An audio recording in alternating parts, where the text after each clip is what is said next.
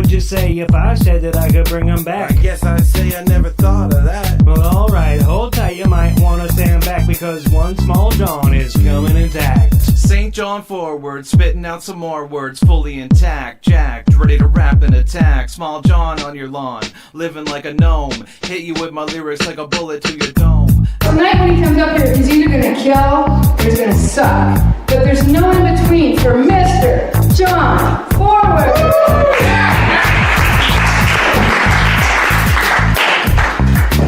Oh, well, I didn't know any of that. Well, that's what I've been trying to say the whole time. It's Monday night at 9 o'clock. That means it's St. John Forward radio time here on local FM, live on the radio.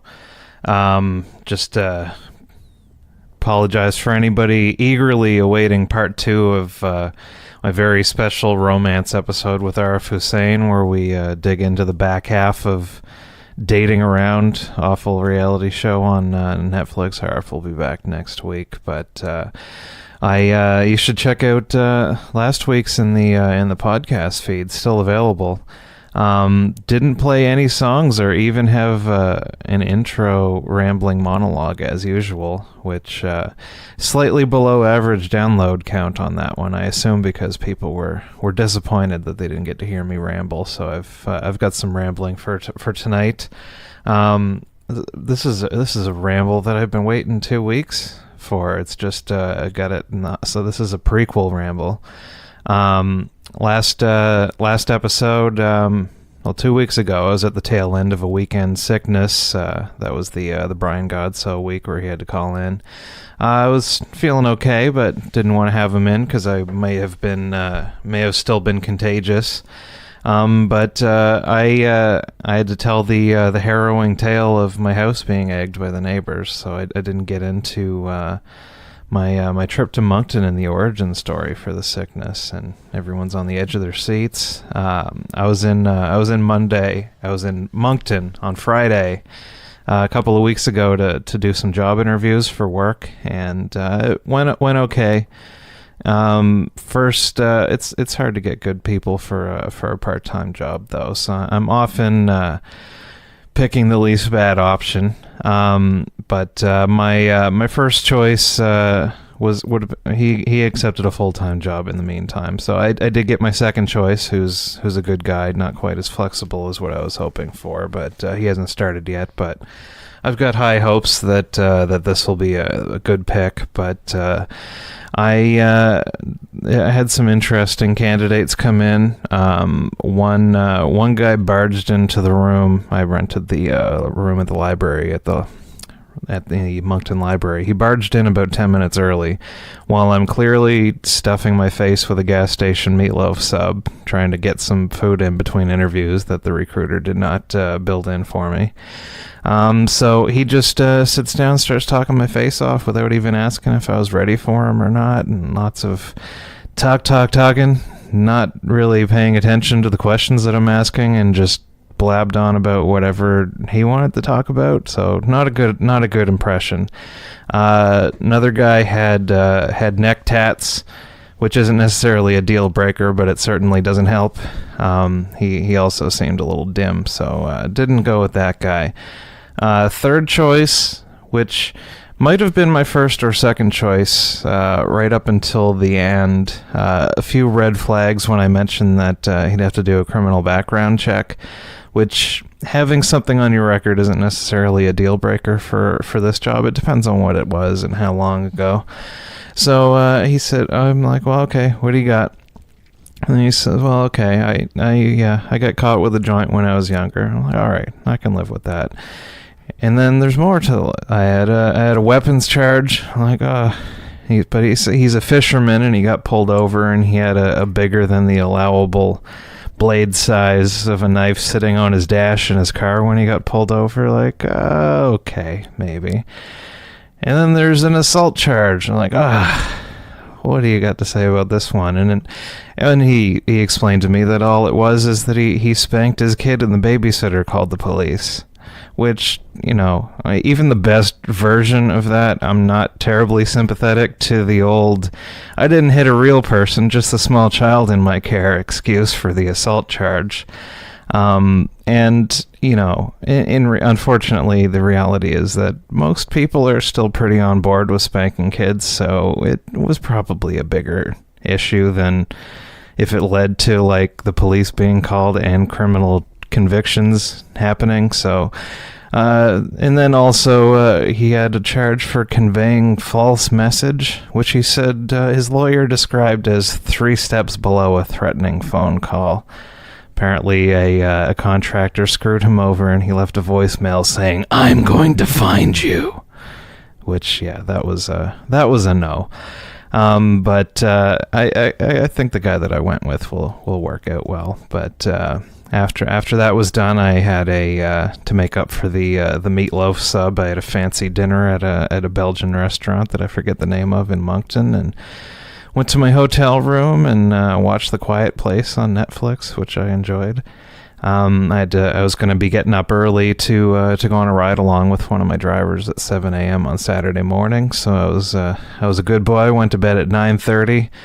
Woke up at 12:30, freezing cold, very sick. Spent a lot of time in the bathroom that night.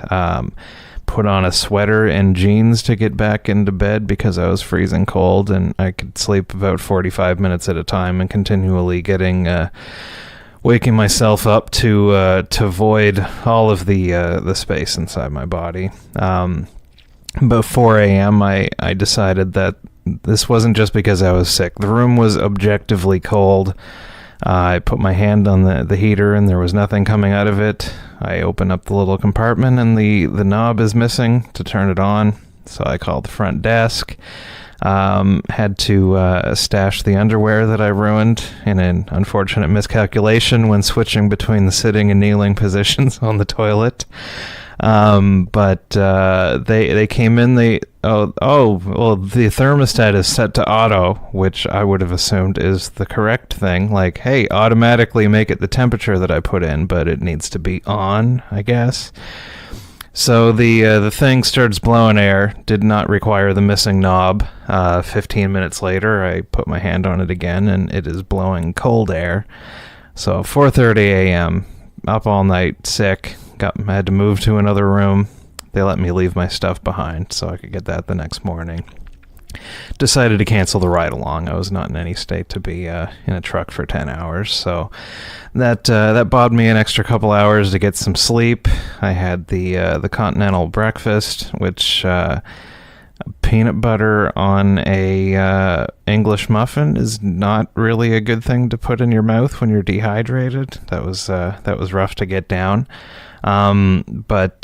So also rough, hour and a half drive back to St. John when you're sick. That was not fun. Thought that I had food poisoning from the fancy restaurant because I barfed up all my chicken korma. That's all. I got to taste it again, and it was delicious coming out too. But it occurred to me later that probably the gas station meatloaf sub was maybe a more likely candidate for food poisoning. But then my dear wife May also got sick, so it was probably the flu. So anyway, I had to almost lost Brian Godso as a guest, who ended up compromising and did a phone-in show, and it sounded like garbage. I cleaned it up a bit for the podcast. It was worse live. Had to cancel my appearance at the Five and Dime show that I was looking forward to. Didn't want to spit all over the mic and make everybody else sick, but did survive to recovery to go on a fun road trip up to comedy show at Studio 2 in Bathurst with Brian Shand and John Scove Nielsen. Everybody had a good time, and I redeemed myself after a mediocre showing last time I was up there. Also had our second successful No Jokes Barred show at McGill's, officially the new home. It was a good time. No shows since then. Nothing coming up this week, although I saw Brian was looking for somebody to go up to St. Stephen on Wednesday. I think his car is full, though, but we'll see. So I don't think I got anything coming up until Uptown Comedy Deluxe on April 5th, and glad to have a break. I've been mostly spending the free time playing Spider-Man on PS4 instead of writing. Still off the weed. which has mostly not been an issue, but this past weekend, for some reason, I was just craving it. I just, on my way home on Friday, I was like, I wish I could have some, but and then Saturday I wanted some, and I don't know, maybe I'm stressed out because of work things that shall not be discussed. And I had another dream that I fell off the wagon, and I don't know. I was planning on taking a break from my break on April 20th when I go see the band Sleep, but if I'm still having cravings, I might not be ready for it yet. I need to, if I'm going to start again, it needs to be when I don't care anymore. But anyway, speaking of the No Jokes Barred show, that's where I met tonight's guest. Ran into him after turning down a joint outside No Jokes Barred on the boardwalk last week, and thought it would be good to mix it up with a different kind of guest than I usually get. And, that's right, local comedians. Be offended, I mean you. Joe LaTour, how are you doing? It's a pleasure to be here, John, on the big radio show. Well, it's a pleasure to have you, and we only had a brief conversation outside on the boardwalk that night, but you seem like an interesting fellow, and I'm looking forward to getting to know you a little bit better. Well, it's the pleasure is all mine. I'm a big fan of all the goings on at this radio program, and particularly I discovered podcasts just about 3 or 4 months ago. They are entertaining, to say the least. I do a lot of power walking. I was power walking past McGill on the evening which I saw you. I love to make my way down the boardwalk, and now that the snow is going away, it's wonderful to be able to access most of the Cranberry Trail, in fact. Well, yeah, and that's something I also wanted to talk about, just, power walking and, kind of clean living and living healthy, because I know some of my friends in the local scene are having like a weight loss challenge, so maybe you can give them some tips. They're a big part of my audience, so I think this is going to be a good episode. And we're gonna take a quick break, play a song, and then we'll come back and talk to Joe some more. I went to see the movie Us this weekend, which I don't have a whole lot to say about, other than that I enjoyed it quite a bit. And one of the co-stars in the movie was Tim Heidecker from Tim and Eric sketch show and various other things, and he's got a new album out. So here's Ballad of the Incel Man. There we go. And St. there's a John's big Forward time Radio. special guest tonight, coming in from above. This town hasn't seen such excitement since John Cena back in '09. That arena is known for its wrestling matches, but tonight we're gonna have ourselves a different kind of good time.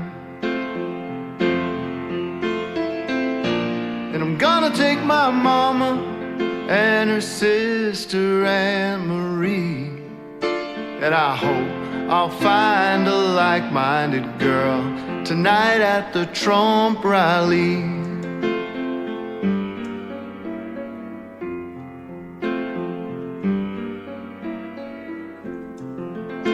Well, I'm gonna take a shower and shave so I look good. Wear my Hillary for prison shirt, like a good boy should. Gonna show up there early, watch the motorcade arrive. Gonna grill up some meat in the parking lot. They say the doors will open at 5. Yeah, the doors will open at 5. Got my picture of Obama, which will burn in effigy. But I hope I'll find a like-minded girl tonight at the Trump rally.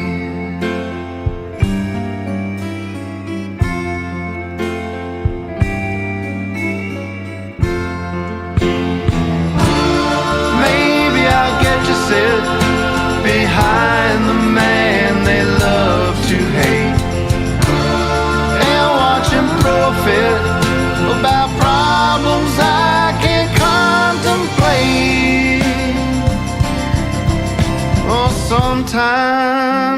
scares me when he goes on one of those rants.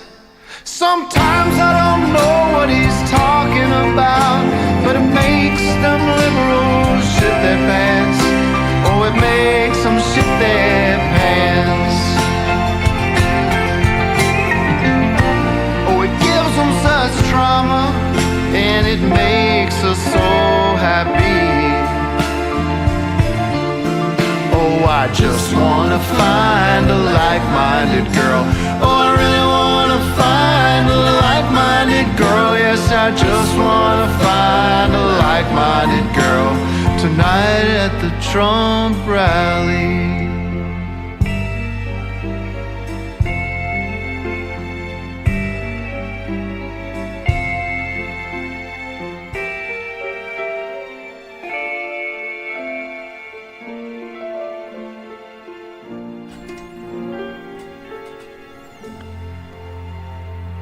What a beautiful song here on St. John Forward Radio. So I'm here with Joe LaTour, man about town that I met outside of No Jokes Barred last week, doing a power walk. Is that how often do you go on these power walks? I like to get out 3 or 4 times a week. Of course, the weather's improving. I don't want to brag, but last winter I actually got a bronze medal at the seniors games, the plus 55 games. Okay. I was training on a snowy hill. I'm sure I could have got a gold medal had I not rolled my ankle. It's the perils of training for your sport in February in Canada. Well, if you do not look a day older than 45, sir. So, you flatter me. So all this power walking is keeping you young and spry. Yes. And a regimen of nuts and oat milk.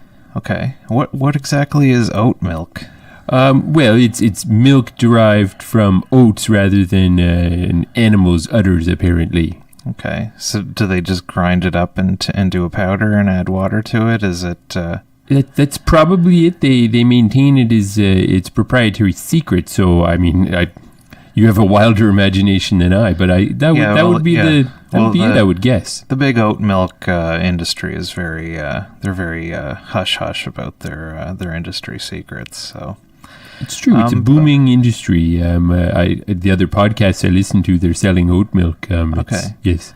I need to get a St. John Forward Radio like promo code. Like go on the website to get some oat milk and put in like SJFR or something like that. That's right. Otherwise, it's a free advertisement for the oat milk people. Well, oat milk people, if you're listening, then and your sales just all of a sudden spike after this, and you do a Google search for all of the fans that transcribe these episodes. Just consider that a freebie, and think about approaching me. You can send me a message on johnforward.com to become an official sponsor. So aside from oat milk and what kind of nuts do you anything in particular? Just whatever nuts you can get. Virtually any nuts, salted, unsalted, lightly seasoned, heavily seasoned, in season, out of season, exotic. If you've never had a Persian pistachio, you are missing out, my friend. I've not. What's the difference between a Persian pistachio and just your regular old run of the mill? Well, we wouldn't know because we're not allowed to buy Persian pistachios because of sanctions against Iran. But if you ever have occasion to be in Iran, you must have some pistachios. Now, Iran, if you're listening, and you would like to bring me out to Iran to do maybe a live episode or interview some famous Iranians, which I'm sure there are a plethora of, and if you just want me to propagate some state propaganda, I'm completely on board with that, as long as there's some pistachios in it for me. Oh, like I say, it's on my bucket list. I had one once at a very fancy restaurant in France. Okay. Yes. Did they serve it on its own plate, just a single Persian Well, if you know your Persian dishware, there is specifically a pistachio plate. Okay. And not a lot of people know this, but it's a very ornate plate. It shows a pistachio in its various stages of dress or undress, as it were. Okay. Half a shell, that sort of thing, a little provocative. Yeah, well, they're very. That might be different if you actually had it in Iran. They're quite conservative over there, so an undressed nut might be a little spicy for the local tastes. But if another country that doesn't have the same sanctions can import that, then they can get away with a little bit of a local flavor to it. It's true. But when I'm not pursuing nuts and oat milk and power walking, I have a love for this city. I've got to say, I don't like to brag, but I do have a famous last name, LaTour. Yes, right. Those LaTours. My great grand uncle and aunt were Lord and Lady LaTour, of course. Okay. Yeah, we're kind of the black sheep side of the family of the LaTours. My ancestor was kind of the stupid brother, was sent to New France because his parents really just wanted him out of the house. Sure. Yes. Okay, so yeah, I just I had no idea I was dealing with a local celebrity. Like I kind of registered the name LaTour. Mainly, my knowledge of that is it is a pile of logs that my friends and I used to get drunk at when we were younger. Yes, right by the train tracks. Yeah. So your family, can you give me a little bit of a history on the pile of logs in particular, if you have anything, but just about the LaTours in general? I didn't realize that I had a celebrity coming on the show tonight. Well, I wanted you to get to know me for me.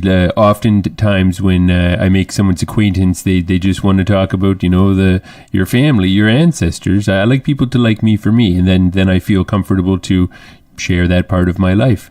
So everyone knows about the pile of logs. It was once the site of a grand fort. Doesn't seem like it would be a very good protection in some sort of a battle. Are they bulletproof logs? Cannonball proof, maybe. As much as you could be at the time, we're talking 300 some years ago. The ability to hit logs was limited. Right. Cannonballs were really heavy. I don't know if you've ever lifted one at a reenactment or a museum. I have not. Well, they're very heavy, and oftentimes the ships did not carry enough powder to actually launch the cannonballs. It was more of a noisemaker, kind of a prop. Okay. Frighten people ashore, but it was a grand fort at the time, and it turns out that there were two different governors, and there was a whole civil war going on, and they waited until my great 15 greats. Mm-hmm. My uncle was away. He'd gone to Boston to buy, I don't know, some long underwear for the winter or something, and they attacked the fort when my aunt was there, left all to her defenses. It was terrible. That's just cowardly. So what else? What else are the LaTours known for? Well, we were landed gentry from France, so we do have our historical titles. I don't like to brag again, but I am a marquise or marquise, depending upon how you pronounce it. Okay. I don't like to, What does that mean? It's some type of royalty, ancient royalty. It really doesn't mean it. I have a certificate stamped by someone from France. We renew it each generation. Just you keep it in your home, and it's more of a. I paid $50 for it actually. Okay. Anyone can get them now. It turns out, but there is a lineage there for us. Well, not everyone has $50. This is true. But if you can complete the paperwork, you have $50, and you know the correct postal office to send it to in France, you too can be pretend French royalty. But okay. As I say, we've leaned heavily on the family name over the years. I've had a few failed business ventures. My father, of course, owned LaTour Motors, and it was the biggest thing going for car sales on Rosse Avenue at one point in time. Well, and just you shouldn't be so hard on yourself. And again, you're here. we want to. I want to try to show my guests in the proper light. Maybe you shouldn't open with like failed business ventures. Maybe just attempted business ventures. Oh, very good. You're very good. So, unfortunately, I didn't really have a good eye or ear for the car business. So when my father handed over the business, we did not last very long. Then I moved on to my real passion is travel. So I started LaTour Tours, and that was very confusing. We didn't stay in business very long. I also for a time rented cabanas at Tin Can Beach because I love the Southern Peninsula, but no one wanted to come to Tin Can Beach in the 80s unless you were disposing of a body or tin cans. Or tin cans. So that was another failed venture. I also still one day hope to resurrect my idea for Marco Polo Land, where you would have various boat-themed activities go on.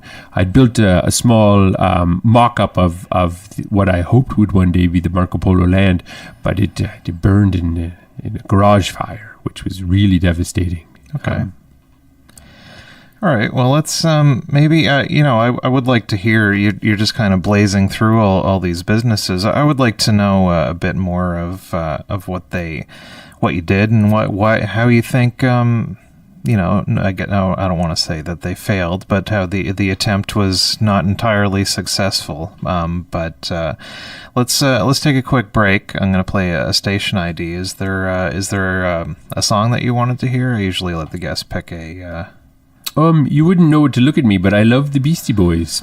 Okay, yeah. That is an odd choice for a man of a certain age. Is there any particular song that?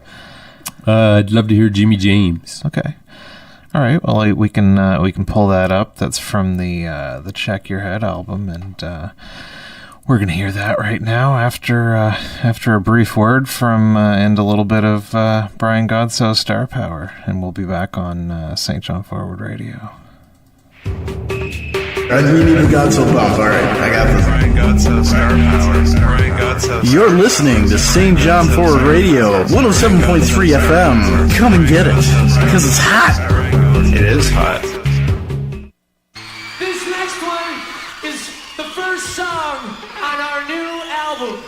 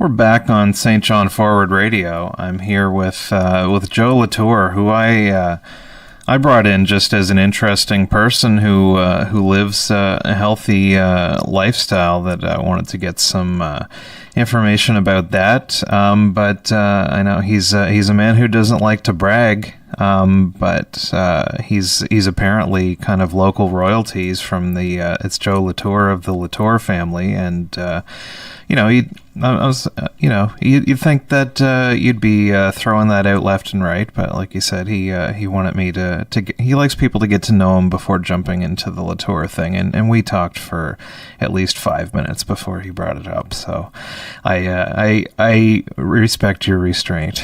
But we just kind of took a quick run through of some of your stepping stones on the way to business successes in the future. We went through the list, but how did you get started as kind of a business person? Like this requires a bit of money to start up. So kind of what was the first business that you started? It was a car dealership? Well, it's inherited wealth, you see. Okay. If I'm going to be very honest with you, my father basically gave me a car dealership, a very successful car dealership. Okay. And I'll be honest, I drove it into the ground. I really liked the customers. I didn't want to, I was going to say, you know what, we're not going to take advantage of anyone here at this car dealership. Drove it into the ground? Was that an attempted pun? If so, congratulations, sir. No, I didn't even notice. But I'm giggling now. No, serious, Joe, serious. Okay. So I guess what was the state of that? You said it was successful when you jumped in. Just how did this car dealership stand out from the pack, and kind of what was your contribution to the whole thing? Well, I'll preface it by saying I love my father as a person, but as a car dealer, he was ruthless. Okay. He would take you for every nickel if you wanted whatever your perceived upsizing of your car. If you wanted to have doors that also locked, he would charge you extra for such things. And when I took over, I had sworn I'd seen so many widows crying in the car dealership, right. One day late for a payment, and the old man would have the car taken away and involve the police. It was terrible. So I said, when I'm in charge of the car dealership, I'm not going to run it like the old man. Mm-hmm. And I guess it was in some ways for spite, because he was a hard man to work for, hard man to be son to as well. Mm-hmm. I'm reliving some bad moments here. You have to apologize. What reason do you have to spite your father? He seems like I guess he was kind of a hard man to deal with as a car dealer, but he's your father, and he just handed this over to you. So it seems a little odd that you'd be spiteful. Is there something that he did when you were growing up that created this kind of?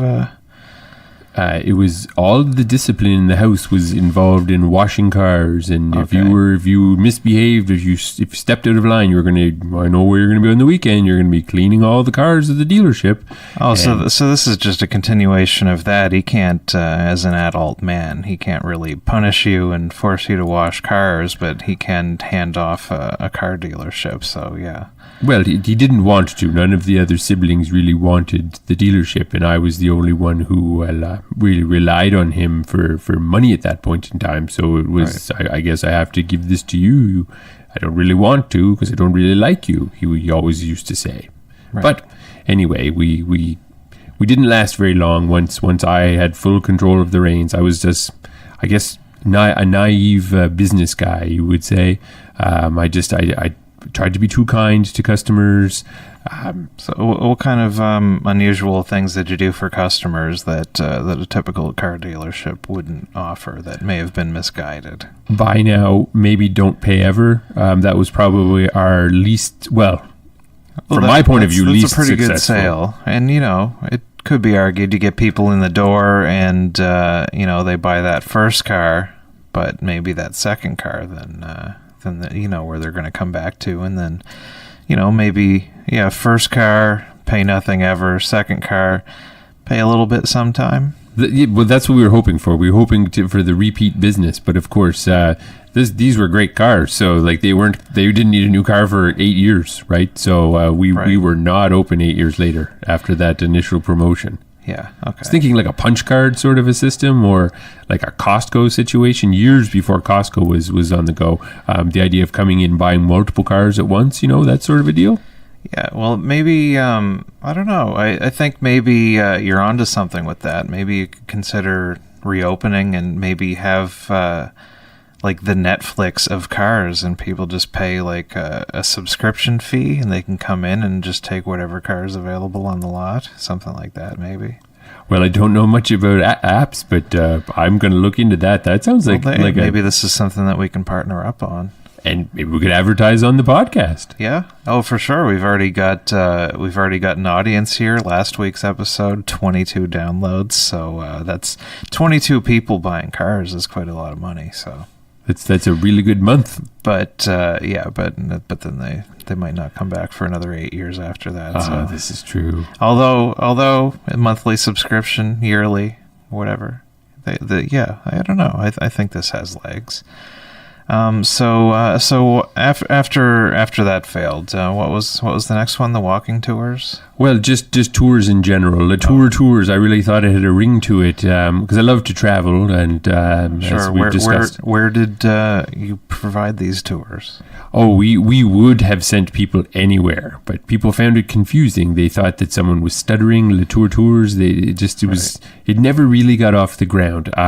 I was ready to go. I had all of the materials to promote the business, but we just did not seem to excite people. I did briefly write a column in the newspaper, LaTour Tours, just about some of my walkings around in the South End, and sometimes I like to go to parks outside of the city and go for a walk and write about that as well.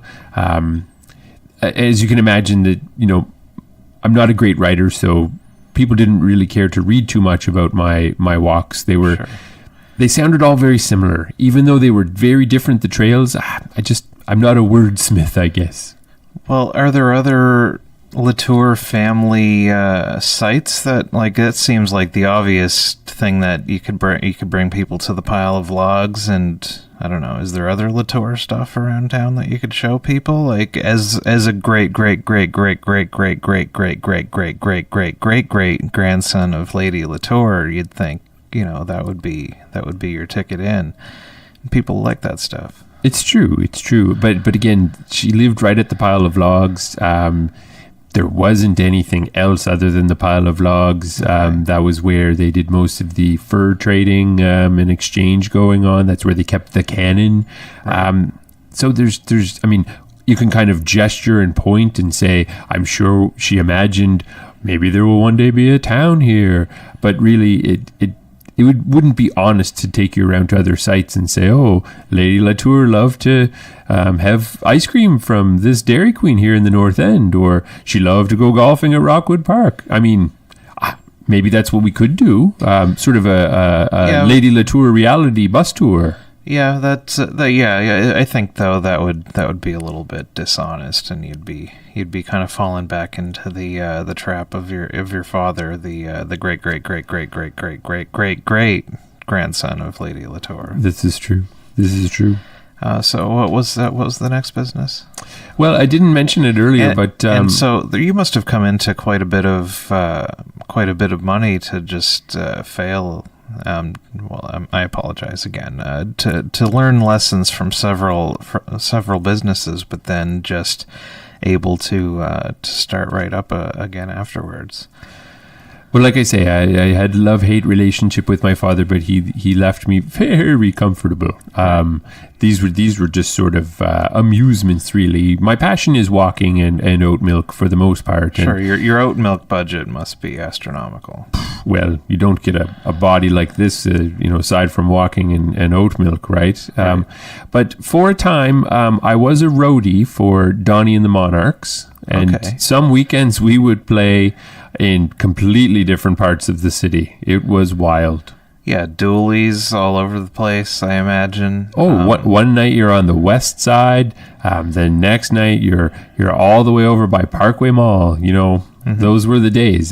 So many wild nights on the road with Donnie and the Monarchs. Yeah, I think they played at the Aquatic Center when I remember seeing posters all over town for Donnie and the Monarchs. What kind of music did they play? I never had a chance to actually see a show. What didn't they play? If Norwegian black metal. No, you're quite right. They did not play Norwegian black metal.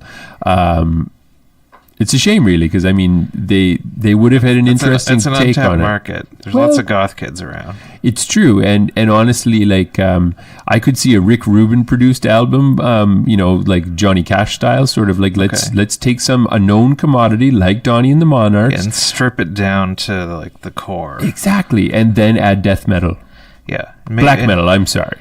Well, either way, or maybe we'll go the full Johnny Cash route. Maybe just have Donnie and a Monarch, just for that stripped down sound. It's true. Yeah, you don't need a whole band, right? Sure. The Jesters and the Dukes and whatnot. But if there was a song that you heard at a wedding, Donnie and the Monarchs could and would play it.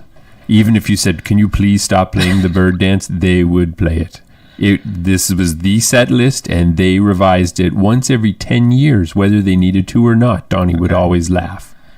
Fair. Well, yeah. Once you know what's working, they were all around town. Any crazy kind of rock and roll, they must have been up to some wild stuff at those shows. Well, it was. The fans, they were out of control, because usually it was a wedding, so everyone was hammered, and inevitably there'd be a bridesmaid making out with a monarch, often in time while the music was playing. Yeah. Yep. I remember one time watching the Monarchs have throwing TV contests out their windows of the old Howard Johnsons. It was something to be seen. Rock stars party, but these guys take it to a different level. Yeah, well, the making out while playing the music, that's impressive stuff. That's the wedding band equivalent of the ventriloquist drinking water while the puppet is still talking, I think. Exactly. You don't get to see it at many weddings nowadays, because usually it's just a DJ with a computer, but sure. I do miss a wedding with a live band. Whew. All right. Well, let's take another quick musical break. We'll play a little bit. I think this ties in well. We'll play a little 3 Inches of Blood. It's not Norwegian death metal. It's Canadian, but it's a song called "Crazy Nights." And we'll be back with more Joe LaTour. Maybe we'll find out what he's up to these days and what he's got planned for the future here on St. John Forward Radio.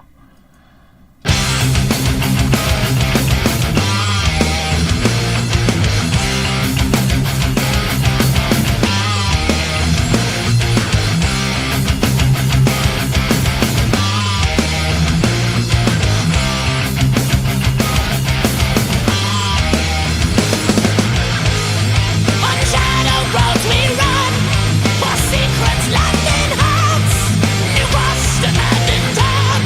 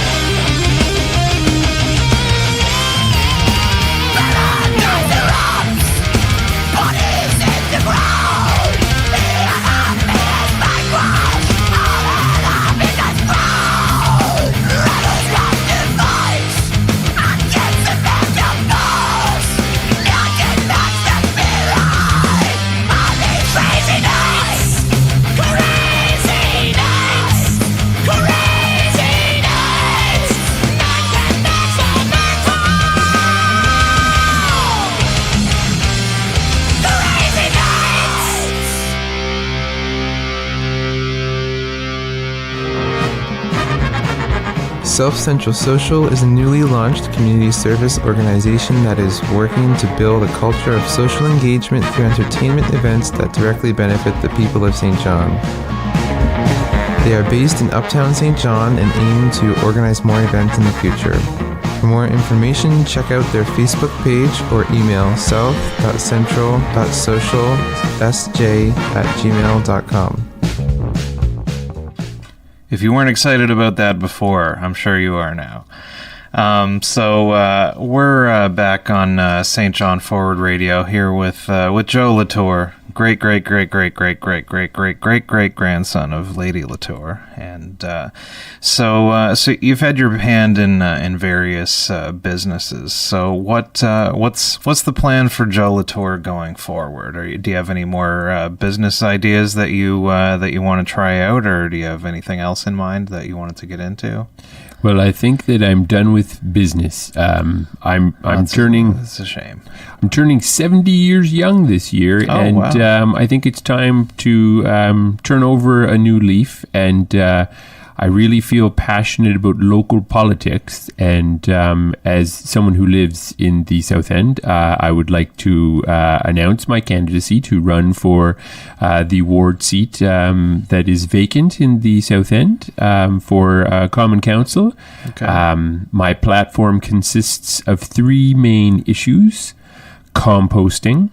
Okay, so what can you do as a council member to promote composting? Or I assume you want to. Are you pro or anti composting? I'm very pro composting. Okay. I'm anti South Under stealing my composter though. Yeah. Okay. If you do not get it off the sidewalk moments after the crews have emptied it, it will definitely end up in the harbor. I've lost countless composters from my very doorstep, those unruly teens in the South End. So I would like to essentially have a neighborhood watch to keep track of everyone's compost bins rather, because I can only imagine what the budget for composters is if we have to replace all of these compost machines for the whole area.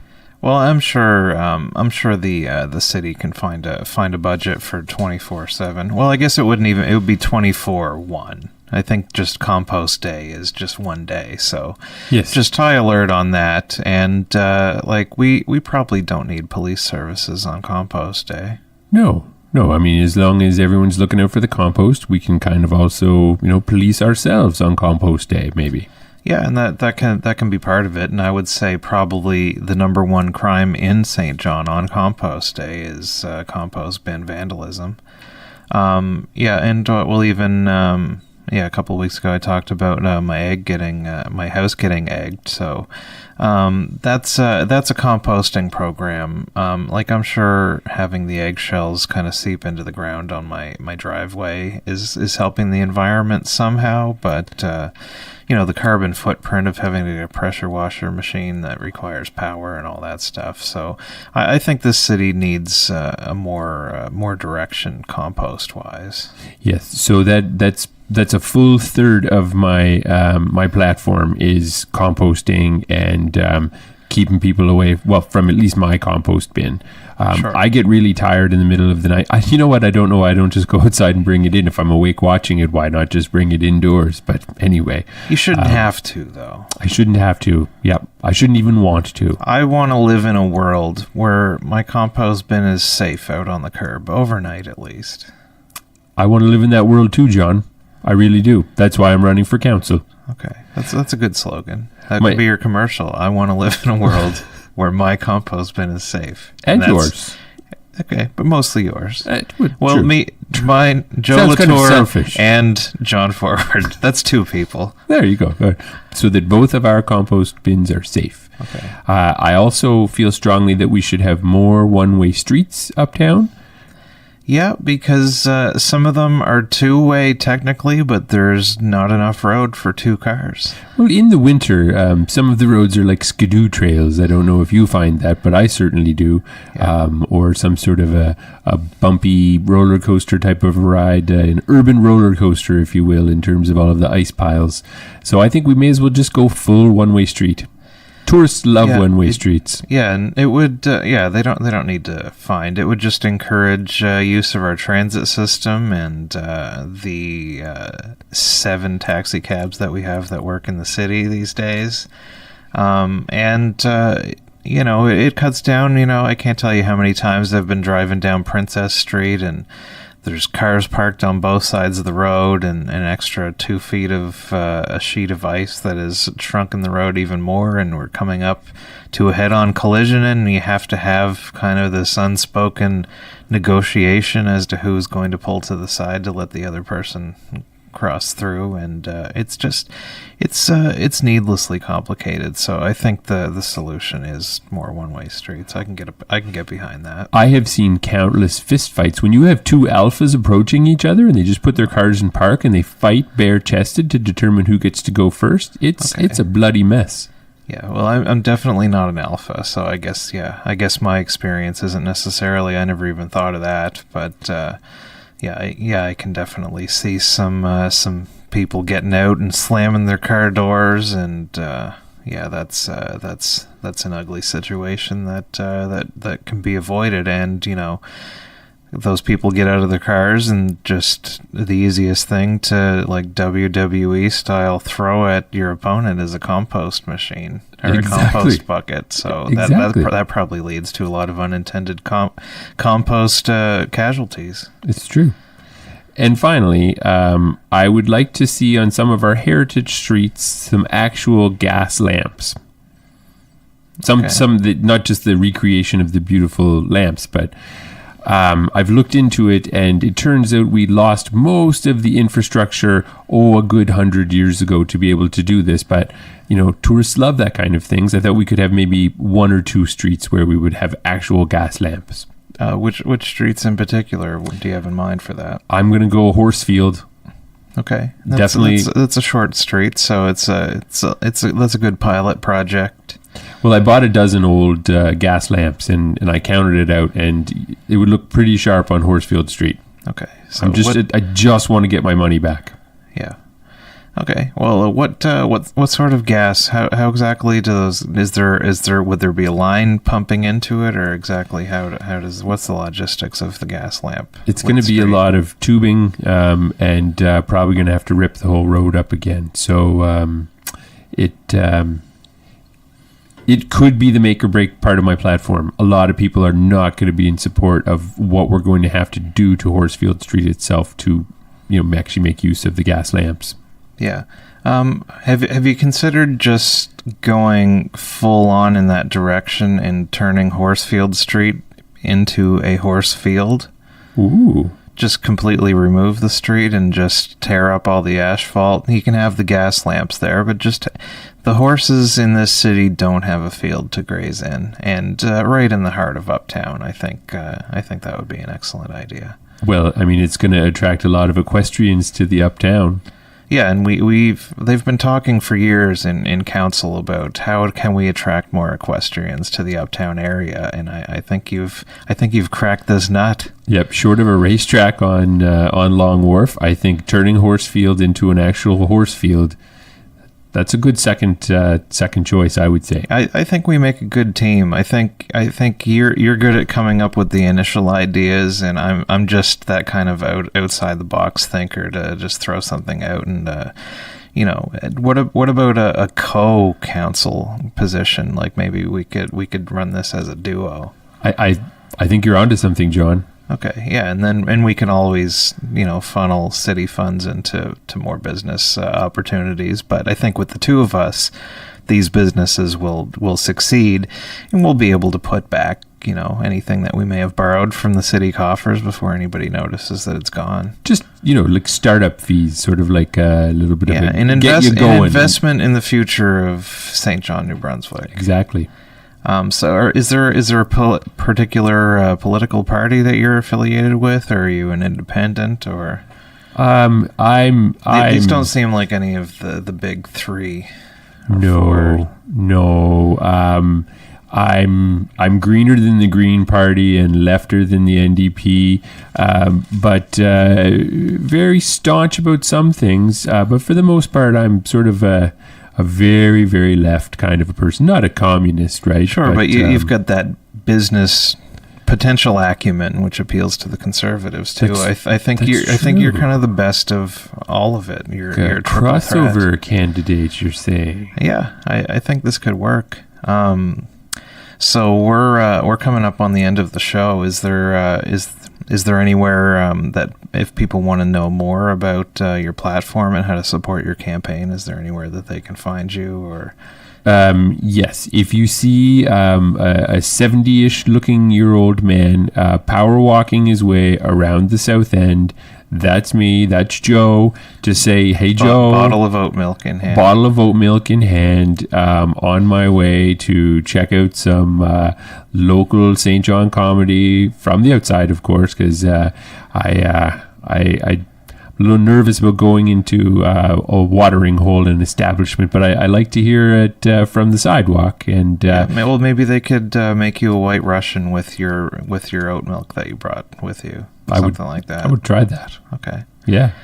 All right. Well, as far as me, like I said, I don't think I have any shows coming up this week. Maybe Wednesday at People's Pub in St. Stephen. We'll see. Other than that, I've got a court date on Friday to tattle on the kid that joyrided a stolen car into my deck a while ago.